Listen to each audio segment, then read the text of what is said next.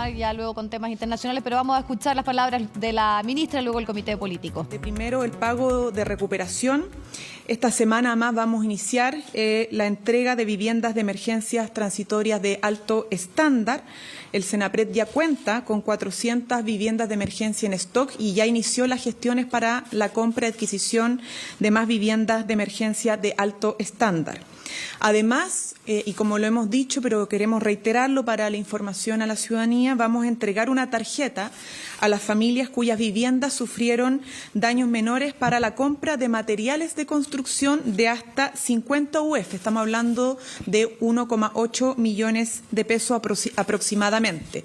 Esto adicional al bono de recuperación. Es importante aquello porque hay familias que no perdieron la casa completa, sino que más bien sufrieron daños a propósito de la inundación y del barro, y esta tarjeta les va a permitir obviamente poder arreglar, tener los recursos para poder adquirir los materiales de construcción necesarios para arreglar sus viviendas. En segundo lugar, la rehabilitación productiva. Ya el 28 de junio iniciamos el proceso de catastro de emergencia productiva y se está trabajando aún en terreno para seguir con ese catastro. Las ayudas tempranas ya se están ejecutando, como la alimentación animal y apícola, la limpieza de canales de regadío, la prórroga más automática de los créditos de INDAP. Quiero hacer un paréntesis porque tanto los usuarios INDAP como no INDAP también van a tener beneficios, no solamente los que están registrados. El llamado también a denunciar siniestros para acceder a seguros agrícolas previamente contratados. Por otro lado, la recuperación de infraestructura. Estamos hablando de 20.000 millones en obras hidráulicas relevantes. Hay una inversión además para la construcción de infraestructura provisoria o de emergencia que busca permitir la recuperación de conectividad y la operación mínima de estas obras hidráulicas. Y en última instancia, el apoyo a los municipios, que va a continuar a través de la ficha Alfa, que es la que establece el Senapred para la adquisición por parte de los municipios de otros implementos o artículos de primera necesidad que detectan en las zonas afectadas a sus vecinos y vecinas. Por otro lado, quisiera mencionar y valorar el trabajo que se ha hecho para la entrega de departamentos que integran la villa para la Corporación Santiago 2023, ¿cierto? Estamos hablando de que el primer semestre del 2024 se entregará a 1.355 familias estas viviendas para la realización, con subsidio del MIMBU, para la realización de los Juegos 2023.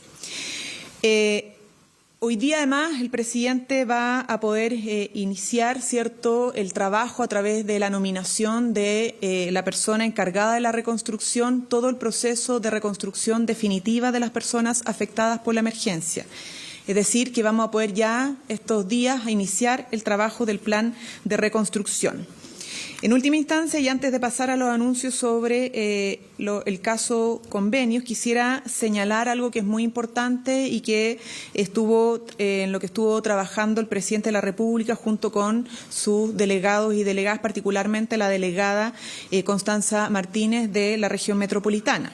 Nosotros hemos iniciado, ¿cierto?, un compromiso de destrucción y demolición de 30 mausoleos narco en distintas comunas de la región metropolitana para intervenir el lugar. Estas demoliciones, vienen asociadas a la construcción y recuperación de espacios públicos. No hay demolición si no hay recuperación de espacios públicos. Queremos que las plazas, que las calles puedan ser recuperadas para la comunidad y partiendo, por cierto, también para lo que son los niños, niñas y adolescentes que tienen el derecho también de poder desarrollarse en espacios públicos, pacíficos, tranquilos y que no estén invadidos por el narcotráfico y la inseguridad. Caso convenios. En esto queremos señalar varias cosas. En primer lugar, que el Gobierno es el más interesado en que estos casos se investiguen, se esclarezcan y que todo quien tiene responsabilidad asuma su responsabilidad. Si la responsabilidad es política, la responsabilidad política se hace valer. Si la responsabilidad administrativa se hace valer. ¿Cómo? A través de investigaciones sumarias y o sumarios administrativos.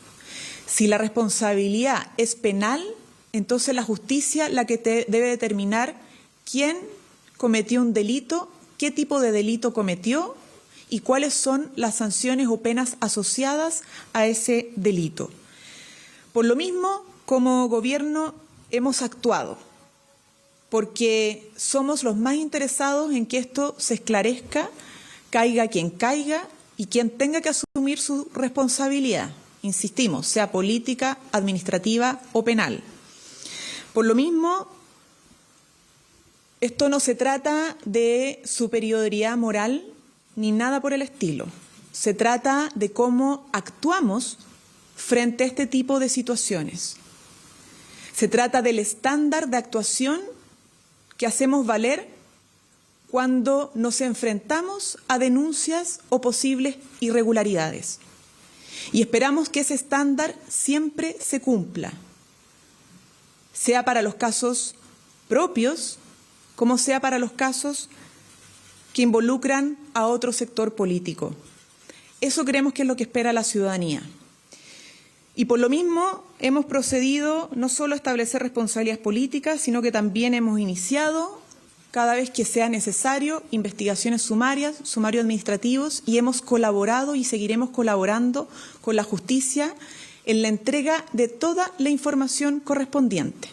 Y eso lo ha hecho tanto el ministro de Vivienda, Carlos Montes, como el ministro de Justicia, que ha puesto a disposición también un proceso para recabar información no solo de una fundación, sino que de todas las fundaciones que han estado bajo la observancia de la opinión pública, los medios de comunicación o en que han tenido algún tipo de acusación. En ese sentido, quisiéramos además señalar, en primer lugar, que cada requerimiento de información será entregado con 5 años de antigüedad. Insistimos, esto tiene que ser caiga quien caiga. En segundo lugar, hemos decidido conformar un equipo de expertos para la probidad y la integridad institucional. Esto va a ser un equipo de trabajo que tiene un plazo de 45 días para poder cumplir con los objetivos que para los cuales se le ha convocado. Objetivos generales. El objetivo general de este grupo de trabajo, de esta comisión de expertos, es establecer un nuevo trato con las instituciones privadas sin fines de lucro. Estamos hablando de fundaciones y corporaciones, donde primen los principios de transparencia, de efectividad, eficiencia y rendición de cuentas de los convenios de colaboración que surgen entre estas entidades y el Ejecutivo. Objetivos específicos que va a tener este grupo de expertos. En primer lugar, identificar las fortalezas, debilidades, oportunidades y amenazas en la colaboración de las instituciones privadas sin fines de lucro con el Estado, fundaciones y corporaciones. En segundo lugar, proponer mecanismos de fortalecimiento que aseguren una mayor eficacia y transparencia en la vinculación de dichas instituciones con el Estado, que faciliten el conocimiento por parte de la ciudadanía sobre el uso de los fondos que se entregan a estas entidades. En tercer lugar, proponer modificaciones a los requisitos de gobernanza, transparencia financiera e integridad de las instituciones privadas sin fines de lucro colaboradoras del Estado, a fin de garantizar el adecuado uso de los recursos públicos. En cuarto lugar, revisar los mecanismos de control y rendición de cuentas, así como propuestas para prevenir los conflictos de intereses. Y en último lugar, proponer sanciones para el mal uso de los recursos públicos por parte de dichas entidades y de quienes correspondan involucrados en estas faltas. Quisiéramos señalar también que junto con esto el Gobierno tiene ya una agenda legislativa en materia de probidad y transparencia y que, por cierto, se verá reforzada. Iniciativas que ya tenemos en trámite. 1. Se va a instar a la pronta promulgación del Estatuto de Protección a Denunciantes de Corrupción, que está actualmente en control preventivo del Tribunal Constitucional y que va a permitir contar con un canal seguro de denuncias ante la Contraloría General de la República y con protección para quienes denuncien y no tengan temor a represalias. En segundo lugar, vamos a acelerar el trámite de los proyectos de tramitación sobre integridad municipal, actualmente en primer trámite constitucional en la Cámara de Diputadas y Diputados y que cuenta más con suma urgencia porque pone foco en garantizar el adecuado uso de los recursos públicos y su rendición de cuentas en los municipios y en las entidades de naturaleza privada. También tenemos nuevos proyectos. En primer lugar, el proyecto de reforma al Consejo de Auditoría Interna General de Gobierno, conocida como CAIG, destinado a institucionalizar esta instancia y que nos permita fortalecer los controles internos de gobierno. En segundo lugar, el proyecto para regular el conflicto de intereses y la llamada puerta giratoria. Ahí vamos a ingresar un proyecto de ley que establezca prohibiciones e inhabilidades para el tránsito del sector público al privado y viceversa, acotadas y siguiendo los estándares internacionales en la materia. Y estableceremos además reglas más fuertes para prevenir conflictos de intereses en la función pública. En tercer lugar, el proyecto de ley que eleva los estándares de integridad en el lobby y en el ejercicio de influencias particulares. En cuarto lugar, en cuanto a la Ley de Transparencia 2.0 y sus indicaciones, que está en segundo trámite constitucional. Este toca materias que impactan en el ámbito de la competencia de la Comisión Asesora Ministerial que estamos creando y conformando. Y a propósito de la celeridad que le hemos puesto a este grupo de trabajo de expertos, es que hemos decidido esperar las recomendaciones que tengan que ver específicamente con la relación entre el Estado y las fundaciones y corporaciones, es decir, la relación del Estado con las instituciones privadas sin fines de lucro para justamente ver los más altos estándares en la materia y así poder tener una ley de transparencia 2.0 que esté actualizada en función de los últimos casos que han conmovido la opinión pública y afectado la credibilidad de las instituciones en estos últimos tiempos. Preguntas. Ministra, quería preguntarle por las declaraciones del presidente en los últimos días, si es que se equivocó al entregar respaldo al Seremi Rodrigo Hernández. ¿Quién es la persona que le entrega al presidente los antecedentes para salir a hacer ese respaldo si un par de días después se conoce que se inició una investigación administrativa? Bueno, creo que es importante referirme a lo que dijo exactamente el presidente y no lo que algunos dicen que dijo, opinaron que dijo o interpretaron que dijo. Nos parece lo más correcto para tener la información precisa. El presidente dijo, con los antecedentes que tengo hasta este momento, en mi opinión, no tienen responsabilidad política. Si esos antecedentes cambian, por cierto que esa opinión también puede cambiar. Que se le instruya, y esto agrego yo, no es lo que dijo el presidente, pero que se le instruya una investigación sumaria al Seremi en cuestión, demuestra justamente que aquí no hay protecciones ni blindajes de ningún tipo. Cada vez que el gobierno detecta una posible irregularidad administrativa, actúa en función de aquello. Cada vez que el gobierno toma conocimiento de alguna información o antecedente que pueda involucrar la configuración de un posible delito, va a ponerlo a disposición de la justicia. Ministra, una pregunta que tiene dos partes. Por un lado, según un informe interno de Revolución Democrática, el esquema de convenios irregular que se dio en Antofagasta se habría intentado replicar en otras regiones. ¿Qué puede decir el gobierno ante un aparente mecanismo generalizado para obtener estos recursos del Estado?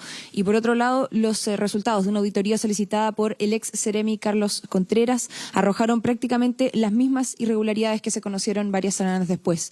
¿El ministro estaba informado de estos antecedentes, el ministro de Vivienda? ¿Y qué se hizo con ellos? ¿Por qué no se instruyó un sumario como se sugería? Miren, yo quisiera ser enfática en algo que que hemos señalado en varias oportunidades. Las responsabilidades políticas, cuando se detectan, se hacen valer. Y la responsabilidad administrativa también se van a hacer valer en la medida que tenemos el resultado tanto de las investigaciones sumarias como de los sumarios administrativos. El resto de los elementos que podrían configurar delitos, a propósito de la pregunta de Revolución Democrática, y lo que ha salido de ahí, es la justicia la que tiene que investigar, y hemos colaborado y seguiremos proveyendo los antecedentes correspondientes para que eso se esclarezca. Nosotros no podemos ser jueces de eso. Queremos justicia, pero no somos los jueces. Eso es otro poder. El Estado es una institución autónoma y es importante en estos casos entender cómo funciona el Estado de Derecho y respetar aquello, ¿no? Pero además, desde el Ministerio de Justicia, ustedes saben que las fiscalizaciones que se han hecho tanto a la Fundación Democracia Viva también se han solicitado respecto a otras fundaciones, la Fundación Urbanismo Social, la Fundación Procultura, la Fundación de Educación, Arte y Cultura Movimiento Fibra, la Asociación Campamento Ideas y la Fundación Cultural Tomarte.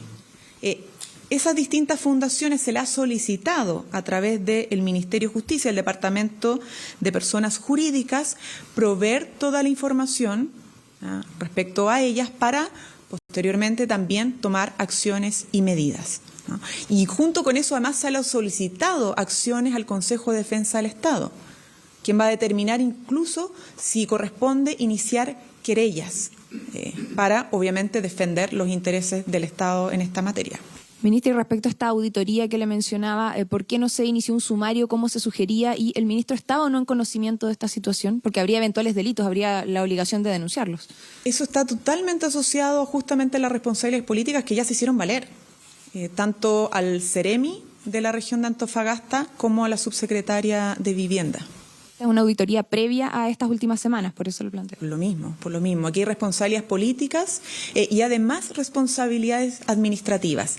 El resto, si configura aquello delito o no, es lo que tiene que determinar la justicia.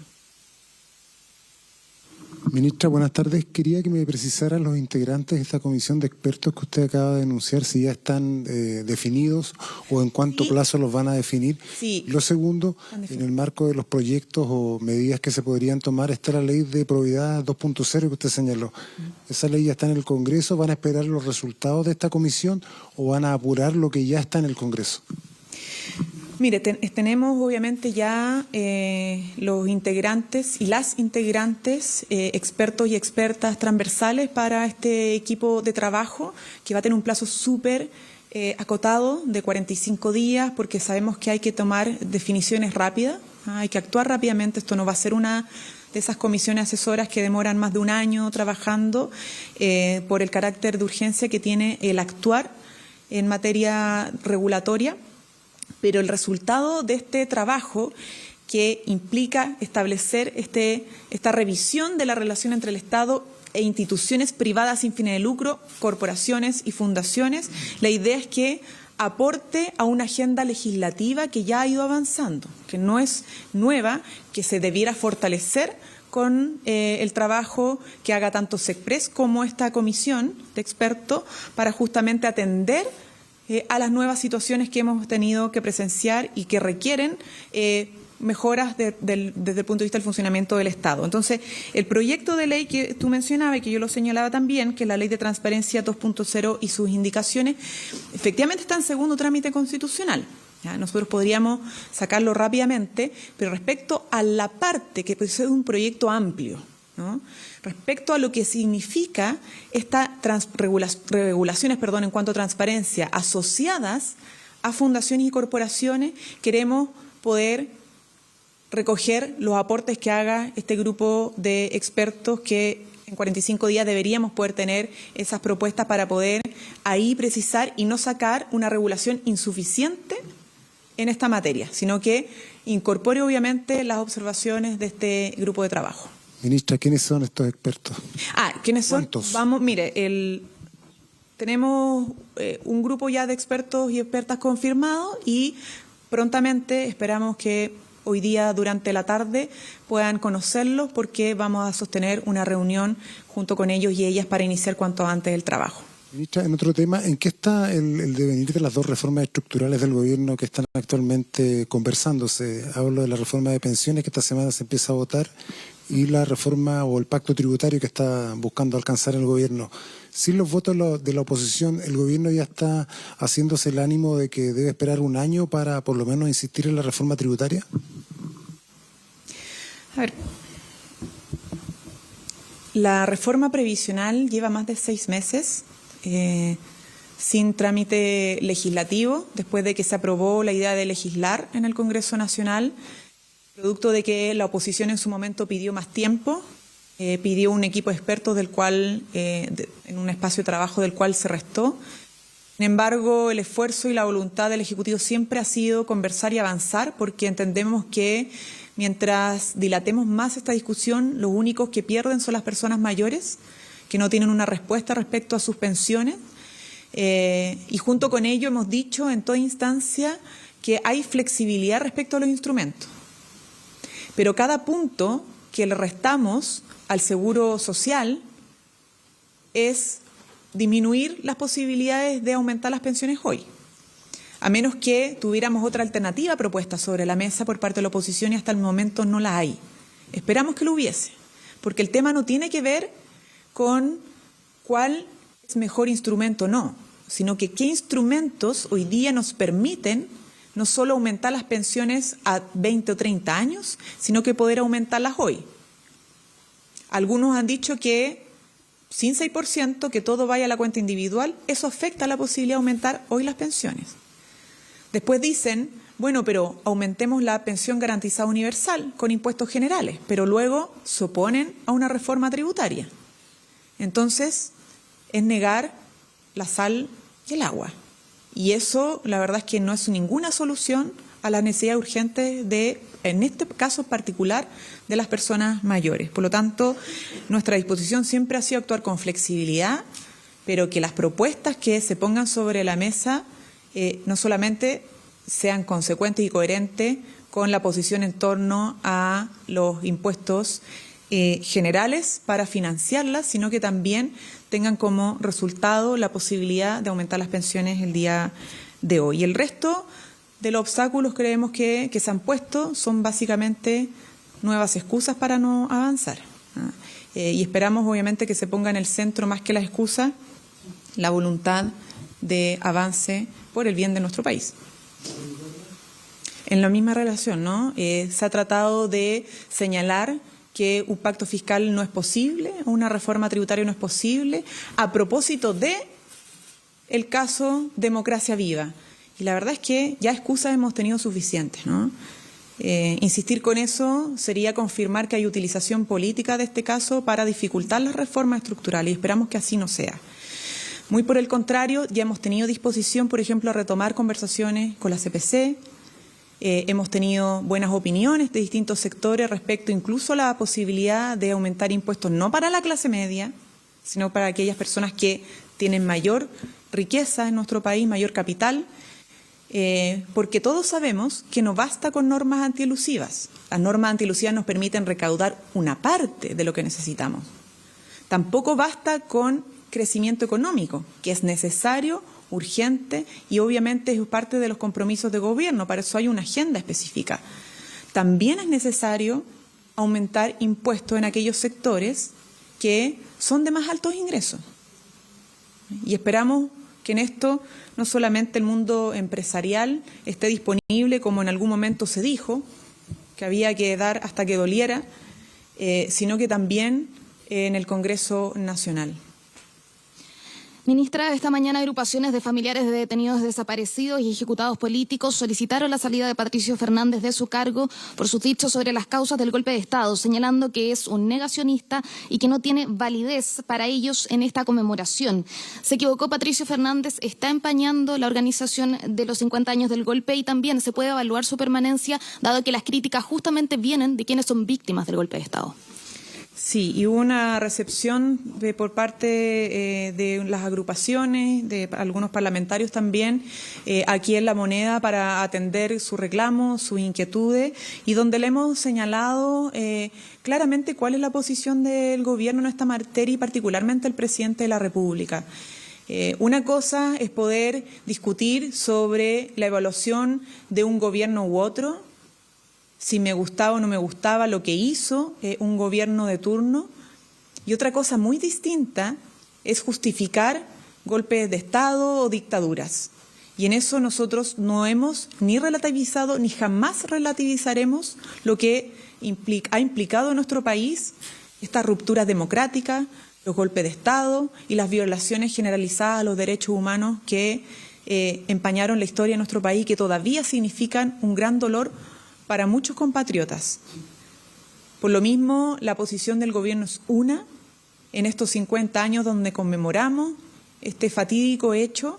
El llamado obviamente es a reflexionar, pero reflexionar en pos de proteger y fortalecer nuestra democracia, porque cuando hablamos de memoria y cuando hablamos del pasado, hablamos también del presente y sobre todas las cosas del presente, porque la historia tiene que enseñarnos, tiene que ser un aprendizaje para cómo mejor convivimos y cómo defendemos las reglas del juego democrático hoy y a futuro. ¿Se equivocó Patricio Fernández? ¿Ese llamado también es para él? También fue un llamado hacia él. Ministra, se dio a conocer recientemente una red de corrupción que permitía exportar de alguna forma ladrones con nutridos prontuarios a Europa mediante falsificación de pasaportes. ¿Qué antecedentes se tienen sobre esta materia y qué medidas se han tomado para evitar que esta situación se siga repitiendo en el registro civil? Bueno, ustedes saben que es una investigación que data desde el 2018 y por lo tanto evidentemente es algo que investigó la justicia, que determinó responsabilidades y son cosas que nosotros evidentemente esperamos que no sigan pasando y por eso es bueno que la justicia y las instituciones hayan actuado. El registro civil, y en esto es importante también separar aguas, ¿no? Tenemos miles de funcionarios que trabajan y funcionarias día a día haciendo una labor muy importante. Que nos acompañan a terreno cuando hay catástrofes que por producto de los incendios, las inundaciones hacen que la gente pierda todo, incluyendo sus documentos, y que han estado a disposición ahí para atenderlos, para poder entregarles sus documentos, para poder mejorar cada día más. Entonces creo que es importante que una vez que estas cosas se investigan, se resuelven, podamos también insistir en que no podemos empañar el trabajo de otros y otras porque algunos inescrupulosos cometen actos de corrupción. Muchas gracias. Hasta luego. Ahí estaban las palabras entonces de la ministra Camila Vallejo en una nueva vocería tras el día lunes para hacer un pequeño resumen acerca de lo que dijo la ministra.